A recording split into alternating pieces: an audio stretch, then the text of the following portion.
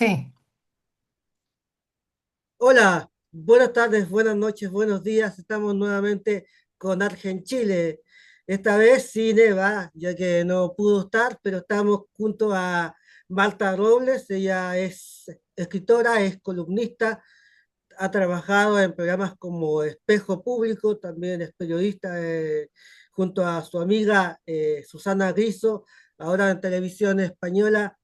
Saludamos a Marta Robles. Muchas gracias por estar con nosotros, muchas gracias por aceptarlo. ¿Cómo estás? muchas gracias a vosotros por recibirme. Muy bien, estupendamente. Viajando mucho con la nueva novela de un lado a otro, pero muy contenta. Quería preguntarte, tú trabajaste primero en un canal que se te llama Canal 10. ¿Cómo era trabajar en ese canal, que era un canal privado? Yo pensé que la televisión privada había nacido como el 90 en España, pero fue antes. Me gustaría que me hablaras de tus comienzos en la televisión. Vamos a ver.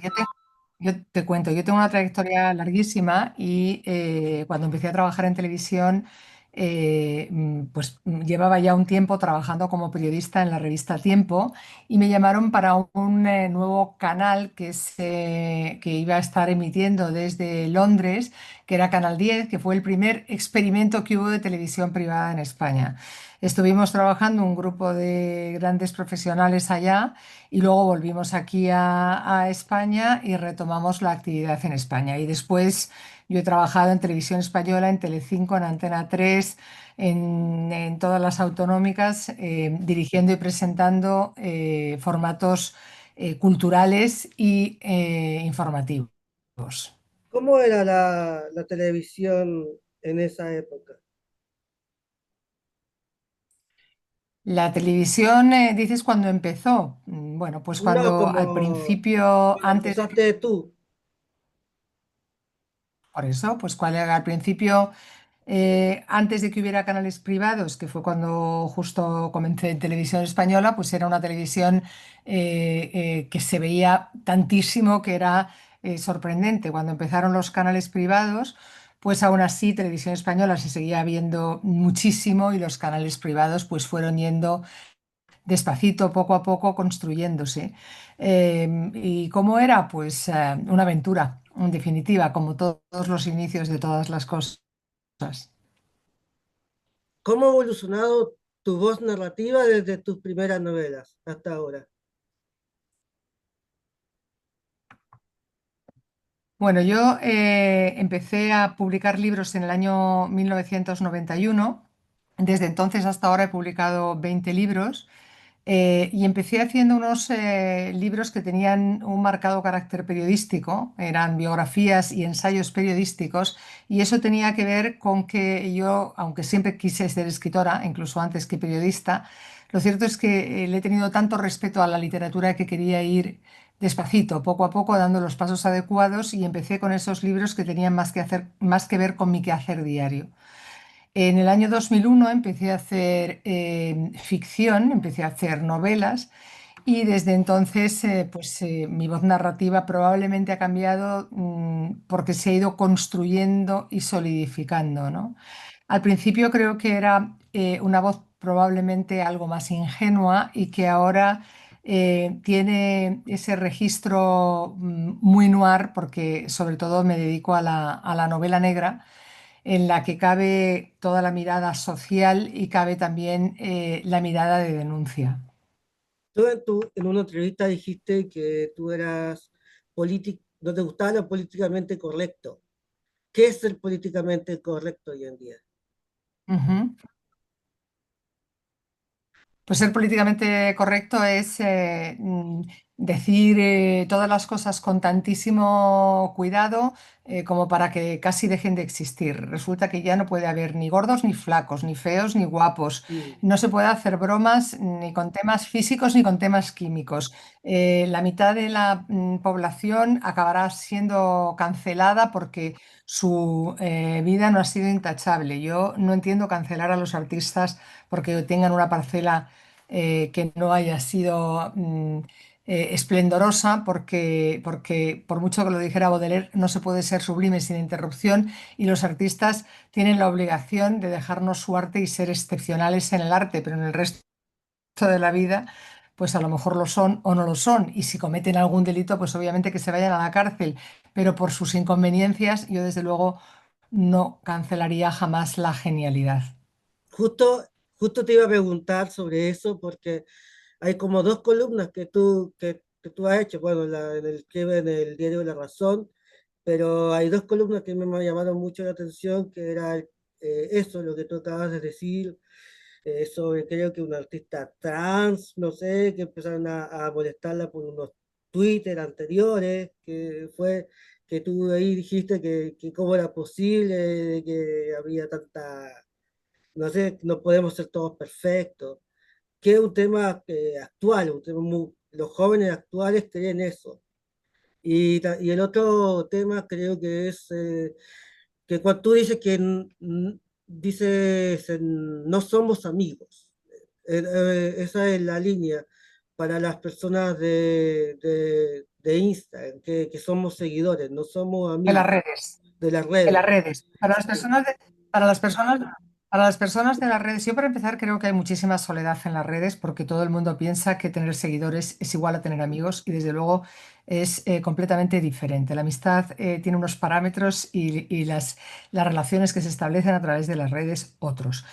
Yo quería dejar constancia además de que no somos amigos porque cuando realmente alguien te escribe a través de las redes, muchas veces se toma unas licencias que no debería, porque no existe amistad, existe simplemente una conexión tecnológica correspondiente a nuestro siglo que nos favorece otro tipo de relación, pero eso no es amistad y uno tiene que saber que los amigos de las redes no lo son y que hay mucha gente que tiene supuestos y presuntos amigos en las redes y está completamente solo. Con lo cual, eso creo que es algo digno de mención y de reflexión. Con respecto a lo anterior que decías, que supongo que era del tema de Carla Sofía Gascón, es que yo creo que igual que construimos un héroe, lo derribamos en segundos, en el mismo momento en el que nos damos cuenta de que es imperfecto. Y tenemos que partir de la base de que todos los seres humanos somos imperfectos, independientemente de las gracias que nos adornen. Es decir, que puede haber gente que sea extraordinaria en un apartado, pero no necesariamente lo va a ser en todos. Sería casi un milagro que lo fuera en todos. Yo diría que no conozco a ninguna persona que sea extraordinaria en todos sus aspectos. Todos tenemos nuestras carencias y algunos pues las visibilizan más que otras personas. Pero realmente a mí no me gusta lo políticamente correcto porque al final nos hace que formemos parte como de una especie de manada a la que le han dicho exactamente por qué cauce tiene que discurrir y a mí me gusta la libertad de pensamiento y creo que es indispensable para que las relaciones entre los seres humanos sean creadoras. Sobre todo, muy bueno lo que tú dices, porque hay mucha gente famosa, bueno, también gente no famosa que no se atreve a decirlo por temor a que le digan no sé qué cosa. Y yo creo que es dejar claro que uno no es amigo, o es amigo, sea famosa o no sea famosa, me parece realmente muy importante y me parece muy sincero de tu parte el el haberlo hecho. Y también quería Pues preguntarte, me alegra que te lo parezca porque creo que sí. sí, quería Sí, mostrarte un video, no sé si te lo puedo mostrar. a ver, claro. Vamos a ver que... antes, quería preguntarte, ¿tú crees que los medios de comunicación en España, sobre todo, son responsables de la ultraderecha, de que esté ganando en muchos países? Los responsables de los medios de comunicación, te refieres a los propietarios de los medios? A los programas, al contenido de los programas. Eh, hay un refrán español que dice que bueno es que haya niños para echarles la culpa. Evidentemente, los medios no son los responsables de nada. En un momento determinado, a lo mejor pueden contribuir a que el caldo de cultivo que haya en la sociedad se exacerbe. Pero evidentemente, el repunte de la extrema derecha en el mundo entero no tiene nada que ver con los medios ni de España ni del resto del mundo. Los medios, el único problema que tienen en este momento es que están demasiado polarizados, igual que la propia sociedad. Mm, Al final, los medios son el reflejo de lo que sucede en las calles y de algún modo eso es lo que está ocurriendo en estos momentos, que los medios están demasiado polarizados. Yo creo que eso no es bueno ni para la sociedad ni desde luego para el periodismo, que debería mantener su postura de la máxima objetividad posible, dentro de que la objetividad completa no existe. Pero obviamente aquí cada vez hay más polarización y eso se refleja en los medios. Y creo que tiene mucho que ver también con lo que sucede en la política, que al final también a su vez parece que contagia a los propios medios. Con lo cual, seamos responsables todos, cada uno de nosotros, y no echemos la culpa al de al lado. Es decir, intentemos no polarizarnos nosotros y no echarle la culpa ni al político de turno ni al periodista de turno, porque todos somos responsables de esta polarización por nuestra propia conducta y actitud. Voy a mostrar entonces ahora el video. Primera vez que tengo la oportunidad de hablar con alguien de España y por eso quería mostrarte, ojalá lo puedas ver. No, no sé si Ujú. lo conoces, si lo puedes escuchar.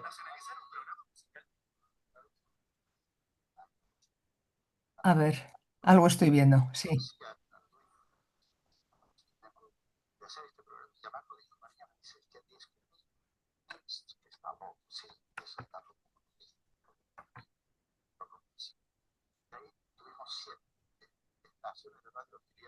No, no lo oigo bien, ¿eh? Ya, Lamentablemente no lo oigo bien, no.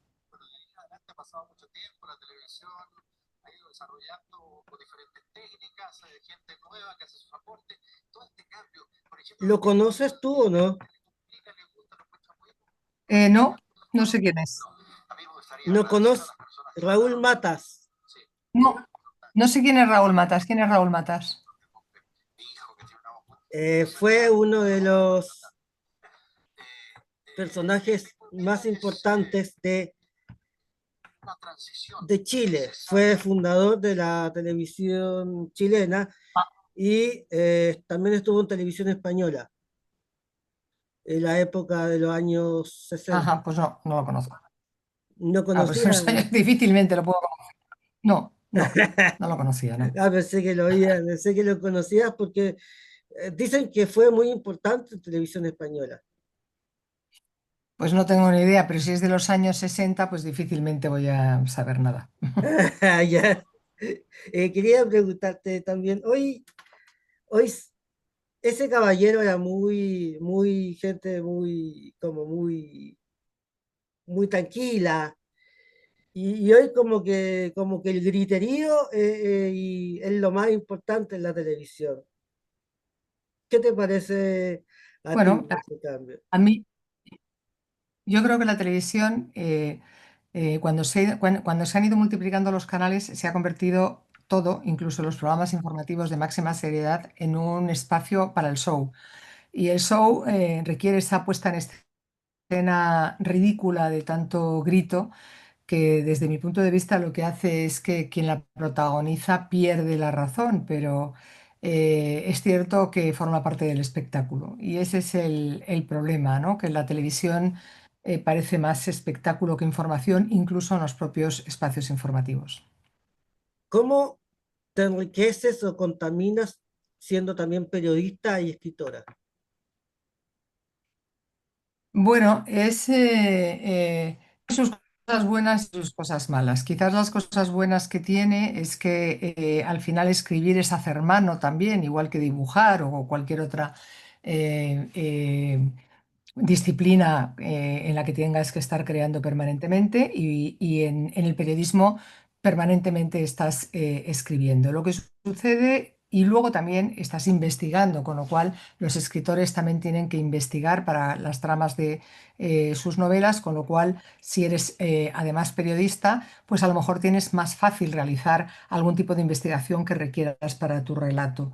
Un problema serio que tiene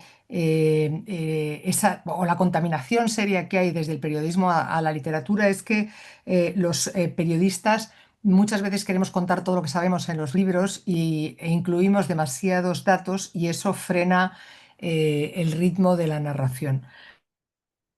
Entonces yo creo que hay que tener mucho cuidado con eso para no convertir las novelas en reportajes o en informes periodísticos, ¿no?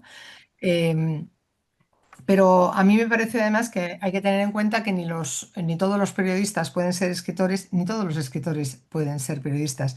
Son tareas diferentes que pueden ser complementarias o no. Pero desde luego por salir en la tele no necesariamente vas a hacer un buen libro. ¿Te ayudas de la inteligencia artificial, del ChatGPT? No, la inteligencia artificial para mí es como un gran Google. Es decir, yo lo único que hago es preguntarle datos de información que pueda necesitar para mis novelas. Pues, por ejemplo, en el año no sé cuántos millones de población había en no sé dónde, suponte. Pero el resto no me interesa nada. La inteligencia artificial además escribe muy mal. Mm. Las investigaciones históricas también están presentes en tus libros. ¿Y ahí tú usas los libros o también usas también el ChatGPT? Para las investigaciones de mis libros yo uso todas las herramientas posibles. Hago entrevistas, es decir, me veo con personas que saben de esos asuntos, recurro mucho a la prensa, recurro mucho, por supuesto, a los libros que me rodean permanentemente y en ocasiones para un dato puntual puedo utilizar ChatGPT, pero vamos, para un dato puntual, es decir, no para una gran investigación. Esta pregunta la escuché delante, o sea, no sé si entiendes la palabra delante, o sea, anteriormente, quiero decir, Sí, eh, la dijo un periodista a otra periodista. Dice, a los periodistas les importa más la verdad o los premios. Tú que has ganado tantos premios. pues si te importan los premios, sí, yo creo que los premios los tienes que agradecer y te tienen que motivar, pero no es lo que te importa, ni en la carrera ni en la vida. Yo siempre he pensado que lo importante no es exactamente la meta, sino el camino hasta la meta. Con lo cual, lo importante es que uno haga su trabajo cotidiano, sea pequeño, grande, de mayor o de menor importancia, lo mejor que pueda y sepa. Con lo cual, si luego recibes un premio, pues eso te hará la vida más agradable y más feliz, pero nada más. Los premios son reconocimientos, insisto, que sirven para la felicidad, pero no son un fin en sí mismos. O sea, a mí, por supuesto, yo no mataría, en el sentido figurado, obviamente, por un scoop periodístico ni por la mejor novela de la historia. No, yo lo que creo es que me encantaría hacer la mejor novela de la historia y si fuera reconocida con mayor motivo, ¿no? Pero realmente a mí los premios me parece algo que te encuentras en el camino, no algo en lo que yo vaya pensando en mi vida diaria.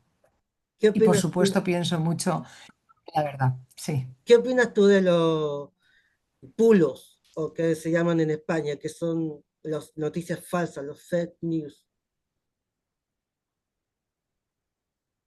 Los bulos, que se llaman en España y en todas partes donde se habla español, Aquí no se dice. existen. Bueno, pues existen, los bulos existen, o las fake news, que fake news en realidad son dos palabras anglosajonas, con lo cual, pero los bulos existen igual que las fake news desde que existen las news, desde que existen las noticias. Quiero decir que desde que el hombre es hombre, a veces ha deslizado bulos en su conversación o en su grupo de amigos o en su grupo social o en su ciudad o en su país. Cuanta menos libertad hay, más bulos hay. Es decir, en los regímenes totalitarios había muchos más bulos y muchas más fake news que en la democracia. Lo que sucede es que estamos en los tiempos de la tecnología y los bulos, igual que las fake news, corren muchísimo más deprisa que anteriormente. Pero existir han existido siempre y cuanta menos libertad exista en un país, más bulos hay. Tú sabes que en la BBC, que es como la Biblia del periodismo, se convirtió en el primer bulo que existió, que era unos espaguetis que supuestamente flotaban de la tierra en Suiza. No sé si tú has visto ese video. No, no lo he visto. No lo he visto. Te lo puedo mostrar. No sé si vas a Bueno, escuchar, pero te lo voy a mostrar. Eh, a ver, ¿dónde es?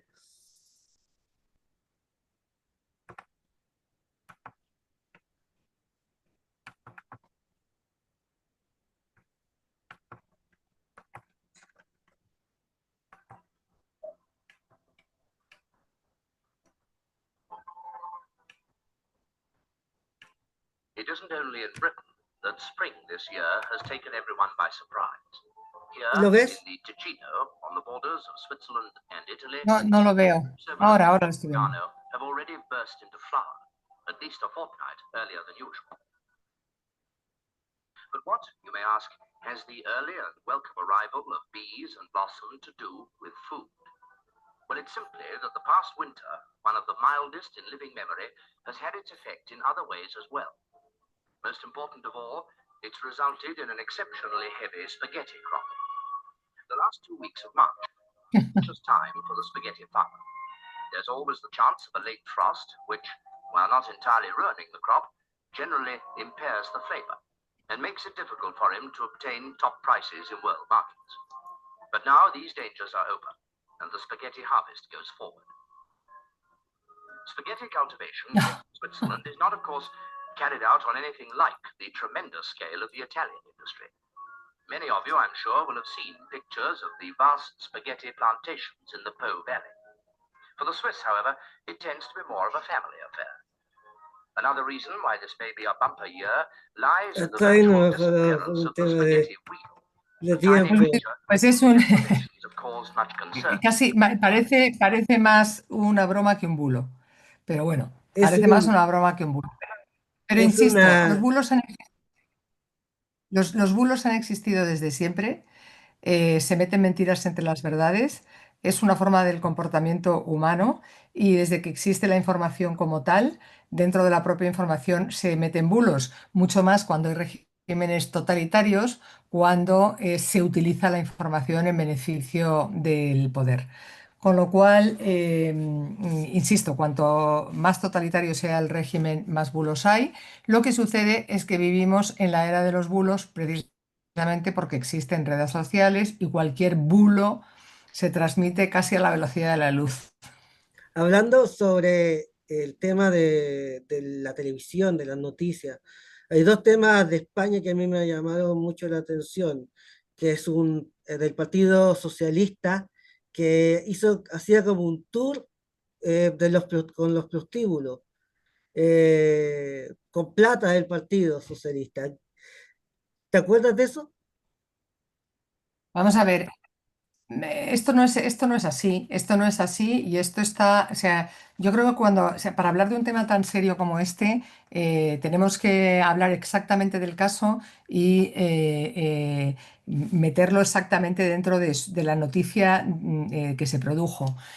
No es que el Partido Socialista haga un tour por los prostíbulos ni nada, No, es que dentro... con la plata, le daba plata a él para que él hiciera un tour. No, Es que de estas cosas, perdóname, vamos a ver, de estas cosas de manera generalizada ni yo voy a hablar, ni es verdad, ni es cierto, ni es una buena imagen ni para el Partido Socialista, ni para España, ni para nadie. Las cosas, una cosa es que tú me digas, mira, en el caso Coldo ha habido esta circunstancia u otra, y entonces hablamos de eso, pero así, de manera general, no voy a hablar de eso, ni voy a hablar de, yo qué sé de los prostíbulos que hay en Chile o de los prostíbulos que hay en no sé Mm, dónde, ¿sabes? O sea, quiero decir, una cosa es que hablemos de temas concretos, pero de temas sí. así difuminados, no.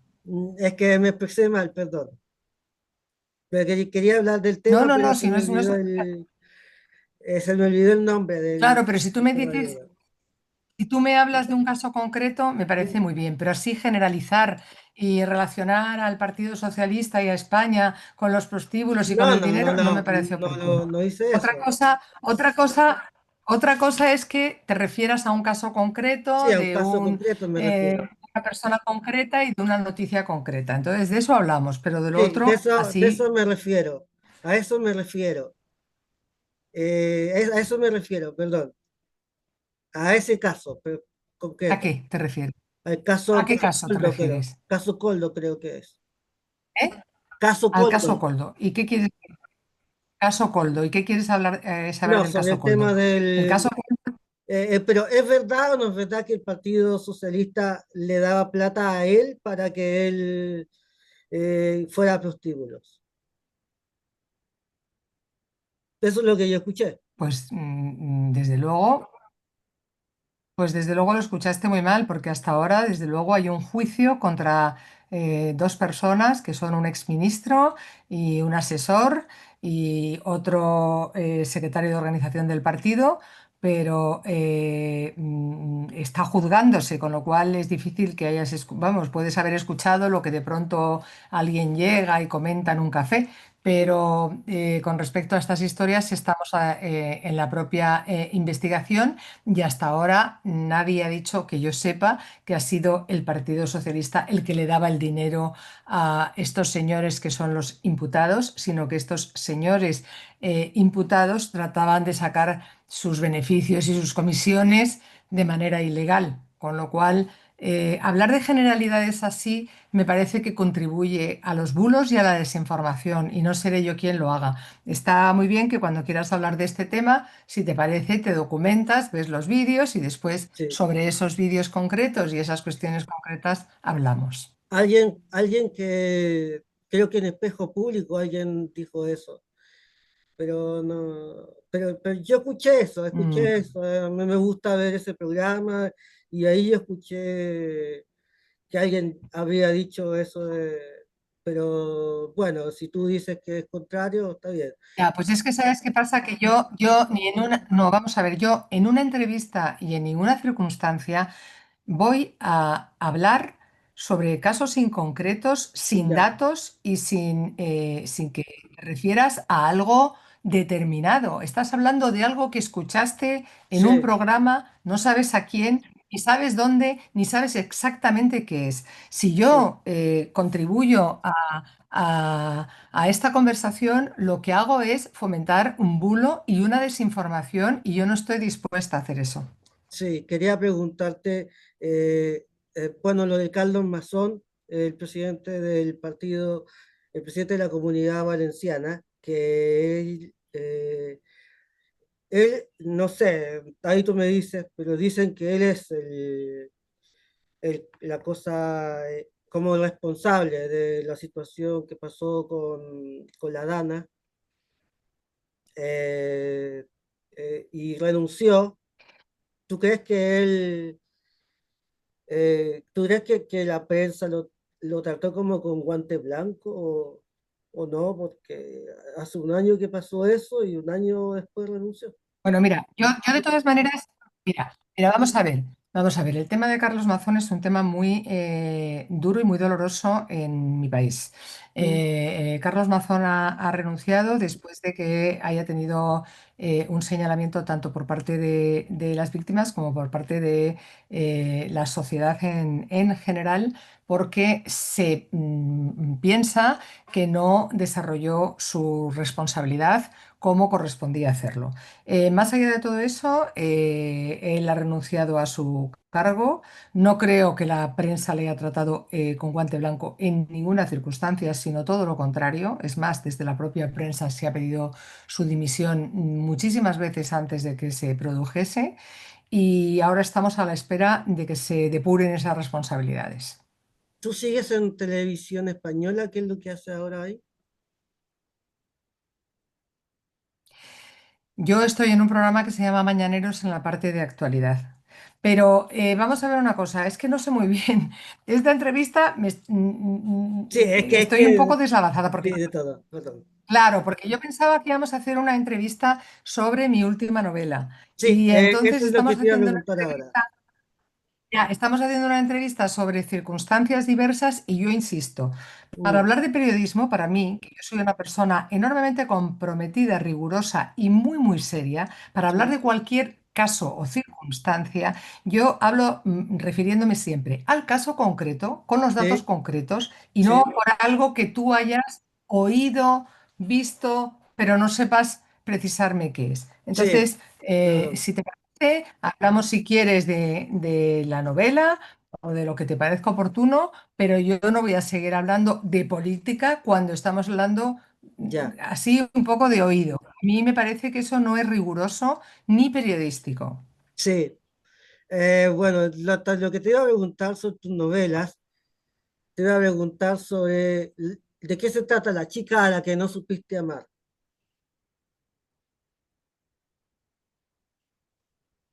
La chica a la que no supiste amar es la Mm, tercera novela de la saga del detective Tony Rouras, que lleva cuatro con la última que acabo de sacar. La primera es A menos de 5 centímetros, la segunda La mala suerte, la tercera La chica a la que no supiste amar y la cuarta Amada Carlota. La chica a la que no supiste amar habla de una víctima de trata nigeriana que tiene un cáncer de mama y le someten a una operación muy chapucera, le hacen una mastectomía y se convierte en material inservible para la prostitución y la desterrajan un tiro. Así comienza esta historia pavorosa en la que fundamentalmente el hilo conductor es la trata de mujeres con fines de explotación sexual y en este libro específicamente las víctimas de trata nigerianas, que son mujeres realmente que están en el último escalafón de la prostitución.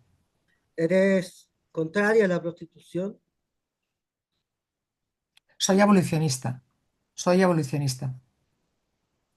Bueno, lo que yo quería decirte, ojalá no te enojes, pero yo soy autista. Y bueno, Ajá, ajá. yo considero que la prostitución también hace un trabajo muy importante para personas con discapacidad, personas que no podemos tener relaciones porque no nos pescan, o sea, no nos toman en cuenta las mujeres. Y yo creo que hay que diferenciar la trata de personas, la pornografía infantil, de la prostitución. Hay una canción que se llama, no sé si tú la conoces, de Francisca Valenzuela, que se llama Dulce, una canción contraria a la prostitución, pero que a mí me gusta. Y yo creo que es importante, es la profesión más antigua del mundo. Y yo, no sé, te quería decir eso, disculpa, pero Bueno, está muy bien, ese es tu punto de vista. Yo no lo comparto. A mí me parece que la trata de mujeres con fines de explotación sexual, la trata de personas en definitiva, me parece que es la esclavitud del siglo XXI. La trata de mujeres me parece un no, yo soy delito contrario a eso. flagrante. Yo creo que hay que diferenciar. Y más allá, y por supuesto, hay que diferenciar entre la trata y la prostitución. Por supuesto que existe la prostitución voluntaria, pero ¿Sí? normalmente las personas que se dedican a la prostitución voluntaria la hacen porque realmente tienen vida de precariedad y de necesidades que les empuja a eso, porque es bastante difícil que una persona se levante por la mañana y diga mi vocación es ser prostituta. Entonces, yo sé que la prostitución existe desde que el ser humano existe, y no va a desaparecer, pero a mí me gustaría que se aboliese porque de ese modo al menos se lo pondríamos un poco más difícil a los malos, es decir, a los proxenetas que se aprovechan de las mujeres y a los puteros, que son los que muchas veces contratan sus servicios, y por supuesto les importa muy poco que su prostitución sea voluntaria o involuntaria. Por otro lado, te diré que creo que el primer oficio del ser humano, desgraciadamente, no ha sido la prostitución, sino el asesinato. Si hablamos de Caín y Sí, Abel, lo primero que hizo un hombre mm, fue matar a su hermano. Pero eso sí. no significa que esté bien. Independientemente de eso, cuando tú me dices que hay un servicio con respecto a las personas con discapacidad, no sé, yo te preguntaría si tú serías capaz de prostituirte para hacerle un servicio a una persona que tuviera discapacidad, otro tipo de discapacidad distinta. No lo sé. No, pero bueno, eso. Pero también hay gente que lo hace porque le gusta, no porque... Y eso también es una Bueno, ese es tu realidad. punto de... No, no, Bueno, es ese es tu algo que punto de vista. es algo que yo me he dado cuenta. No es y Bueno, pues eso, pues esa es tu percepción. Yo, desde luego, con las mujeres que he hablado, ni siquiera mujeres que se han dedicado a prostitución de lujo, con el paso del tiempo han encontrado satisfacción en su vida, sino todo lo contrario. Con lo cual, yo creo que les puede gustar lo que consiguen en algún momento, pero desde luego creo que a nadie le gusta. Pero bueno, esa es mi opinión y mi percepción. La tuya puede ser diferente. y llamada Carlota, de qué se trata esa novela? Amada Carlota es una novela escrita en tres espacios temporales. Empieza en 1985, cuando una chica de 16 años entra en una clínica clandestina en avanzado estado de gestación, alumbra a un bebé al que al poco le retiran del regazo.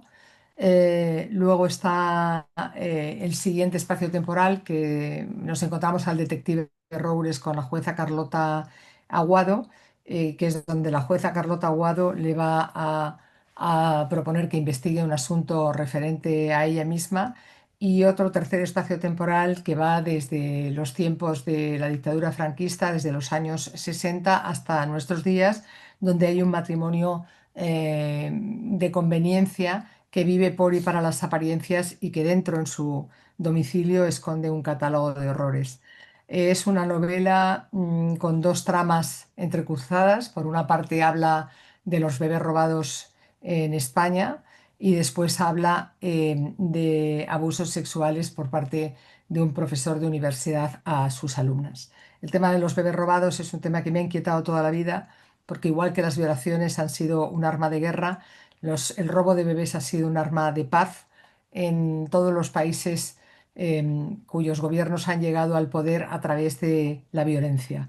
Es un Chile, en arma Argentina, paz también contra pasó. los vencidos. Sí. Claro, es un arma de paz contra los vencidos que es verdaderamente aterradora porque le inflige un dolor extraordinario al ser humano, y además de eso le provoca la angustia terrible de que esos bebés se los lleva su enemigo para convertirlos en uno de los suyos, con lo cual es verdaderamente aterrador. Y de eso habla Amada Carlota, y de tantas mujeres a lo largo de los distintos momentos de la historia que han callado todo lo que les sucedía por vergüenza, una vergüenza que no les correspondía porque estaba en el lado equivocado. La vergüenza era de sus maltratadores, de las personas que abusaban de ellas, de las personas que les infligían daño, pero ellas han callado por creerse siendo víctimas que eran las culpables y por no saber exactamente cómo poder salir adelante. Y es una novela que pretende dar voz a las mujeres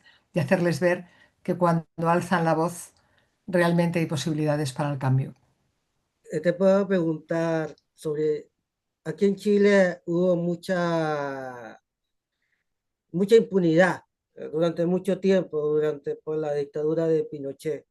En España como que hubo borrón y cuenta nueva, como que después de la transición a la democracia, del comienzo de la monarquía democrática, como que se olvidó la cosa y como que a nadie le importó seguir el tema de la justicia. ¿Tú crees No, que no, es no, en eso? absoluto. Estás muy desinformado. Pero No es que no es lo importara, que la gente, es es lo que que yo he leído, es pues lo a lo que yo he mejor leído. lo has leído a grandes rasgos. La realidad es que en España hubo una guerra civil muy dolorosa. Las Mm, guerras civiles entre hermanos son espantosas. Al final eso derivó en una dictadura. sí, La dictadura ocasionó muchísimo sufrimiento en España y como fue muy larga, como fueron 40 años de dictadura, pues muchas personas aprendieron a vivir y no todas estaban en la misma situación. Es decir, hubo personas a las que les provocó menos dolor que a otras y que vivieron mejor que otras. Evidentemente, también dependía, como siempre, en todos los países y mm, todos los lugares, de su distancia con el poder o no. Pero aquí no se ha olvidado en absoluto la dictadura. Lo que pasa es que cuando murió el dictador, los españoles hicimos un ejercicio modélico que se ha alabado en el mundo entero para tratar de eh, mm, que nuestras heridas no nos impidieran volver a sentirnos hermanos independientemente de nuestra ideología. E hicimos un paso modélico, como digo, hacia la democracia. Pasar de una dictadura a una democracia sin revolución y sin violencia solamente depende de la enorme generosidad, comprensión y amor de las personas que protagonizan eso, que fuimos los españoles. Eso evidentemente no cerró todas las heridas, porque sigue habiendo muchas heridas y 50 años después sigue habiendo heridas y sigue habiendo personas buscando a sus familiares en las cunetas y ha habido circunstancias que son desde luego absolutamente irreparables. Pero lo que hicimos los españoles fue un ejercicio de tratar de entendernos los unos a los otros y de poder facilitarnos la convivencia. Creo que fue absolutamente modélico y nos podemos sentir orgullosos, pero no, no hemos olvidado absolutamente nada y miramos no, muchas veces hacia atrás para tratar de no repetir el horror. creo que Pedro Sánchez como que ha sido como el único que ha hecho leyes contra el franquismo. No sé si antes se habrá hecho, o Zapatero también creo que lo hizo. Llevamos mucho tiempo cuando después de una dictadura se pasa directamente a la democracia sin violencia, que es una cosa muy extraordinaria. Evidentemente se van haciendo las cosas de manera imperfecta y se van haciendo toda suerte eh, pues de cambios y muchas veces las reparaciones no llegan en el primer momento. Y ha habido distintos políticos y todos han tratado de ir contribuyendo poco a poco, según ha ido pasando el tiempo, a eliminar las injusticias que se provocaron en el franquismo. Igual que se fueron quitando estatuas o elementos Mm, que pudieran recordar a esa época y que seguían vigentes, pues se han ido transformando las leyes, se han ido transformando los sentires, se ha ido dando opción a que las personas más desfavorecidas dentro del régimen tuvieran opción de ser, de que fuera restaurada su propia dignidad. O sea que hemos ido trabajando poco a poco. Yo desde luego esto nunca lo voy a utilizar para enfrentar a los españoles unos con otros, porque es que yo tengo amor por España, pero fundamentalmente por los españoles. En lo que entiendo que tenemos muchísimas diferencias, pero también tenemos muchos puntos de unión y eso es lo que tienen que facilitar los políticos y las personas de bien entre las que yo me encuentro Amanda o Carlota, pretendo encontrar. Amanda Carlota, esa Sí. habla del aborto, ¿no es cierto? Esa, o no, perdón. Amanda Carlota, en Amanda Carlota aparece el aborto de manera tangencial, pero fundamentalmente habla del robo de bebés y habla de las apariencias y habla de maltratos y de historias que se producen dentro del seno de muchas familias que parecen felices y no lo son, que había muchas terriblemente dentro del ámbito del franquismo, porque las mujeres teníamos los derechos absolutamente cercenados y durante el franquismo eran la sombra de los maridos y había una sección femenina que determinaba determinadas circunstancias y había mucha supremacía ideológica y supremacía moral. Pero no habla en concreto del aborto, habla de lo que sucedía, habla del reflejo de toda una época. Te quiero hacer dos preguntas más, las dos últimas preguntas, ya que igual tienes poco tiempo. Quería preguntarte primero, Lisa. ¿qué te parece a Sí. ti muchas escritoras superventas, como, no sé, Julia Navarro, Belén Martínez, que son como muy comerciales? ¿Qué te parece a ti como la literatura comercial, la A mí superventa? Julia Navarro me parece una escritora verdaderamente extraordinaria. A mí me parece que el vender mucho no significa ser muy comercial. Hay literatura buena o mala. Y hay veces que la literatura buena vende mucho y hay veces que no. Y hay veces que hay literatura mala que vende mucho y veces que no.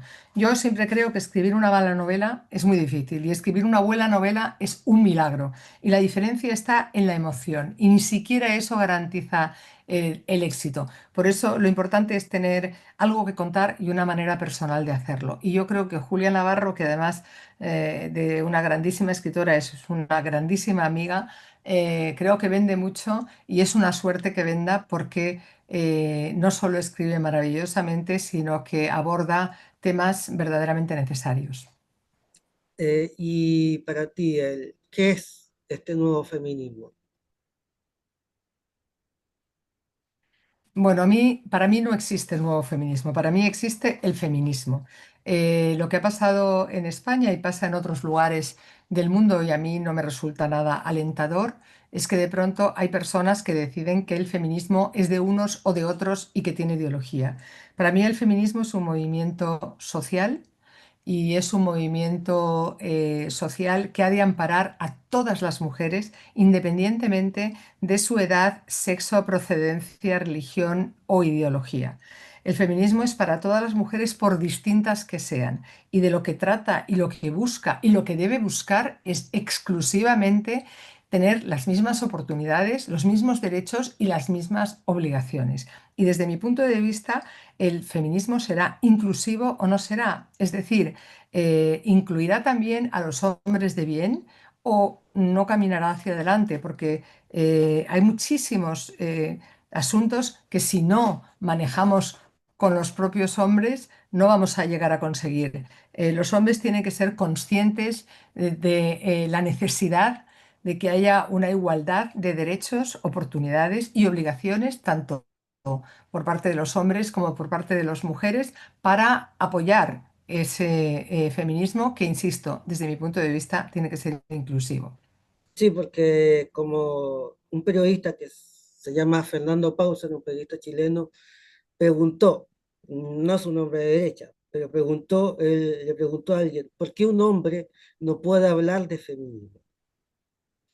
Y la cara de una actriz era como, no sé, sí, pero es que no, no, no sé si tú me entiendes. Vamos a ver, un hombre puede hablar de, bueno, un hombre puede hablar de feminismo y puede apoyarlo. Otra cosa es que el feminismo corresponda a los sentimientos de las mujeres y seamos nosotras las que lo vayamos a desarrollar, explicar y poner en funcionamiento. Y los hombres de bien, los hombres de bien, los que lo van a apoyar.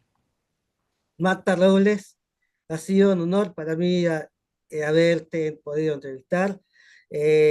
Disculpa si te molestó algunas preguntas. Eh, Oh, no, no, no, en absoluto. Nada me molesta, lo que pasa es que ya te digo, yo soy muy estricta porque Sí, precisamente no quiero contribuir jamás a un bulo, a la desinformación. Entonces, cuando hablo de algo, creo que tiene que ser de algo concreto y perfectamente colocado en su sitio para que se pueda hablar desde ahí. Me gustaría saber, querido Pablo, dónde va a salir esto y, por supuesto, saber que esto sale tal cual, no sale sí, por troceado, ¿no? supuesto. Sí, obviamente sale tal cual. Muy bien, No lo voy a editar, nada. Va a salir en MR Barbacoa 2011, en un canal de YouTube, en un canal mío. Lo voy a subir o muy sea, ahora, bien, cuando terminemos. muy bien. Se va a demorar un poco por causa del internet, pero ahí yo te lo mando a través del internet, del WhatsApp y Me todo eso. mandas un, claro, Y tú lo puedes, mándame el ah, link para que yo lo pueda compartir te mando también. el link para que lo compartas y si tú quieres también ponerlo en tus historias para que también tengamos mayor visibilidad, lo podamos ver. Y eso, muchas gracias, Marta. Saludos también a Susana Griso, Gracias a ti. a quien Veo que eres muy admirador de mi querida Susana Griso, ¿no? sí, Eres muy sí, admirador de mi querida Susana Griso. Pues eh, me alegra mucho porque es una grandísima profesional y una estupenda amiga. gracias. Marta Robles, será Gracias a ti. hasta una próxima oportunidad. Desde ya, muchas Muy gracias. bien. Venga, un saludo. Adiós. Cuídate. Chao.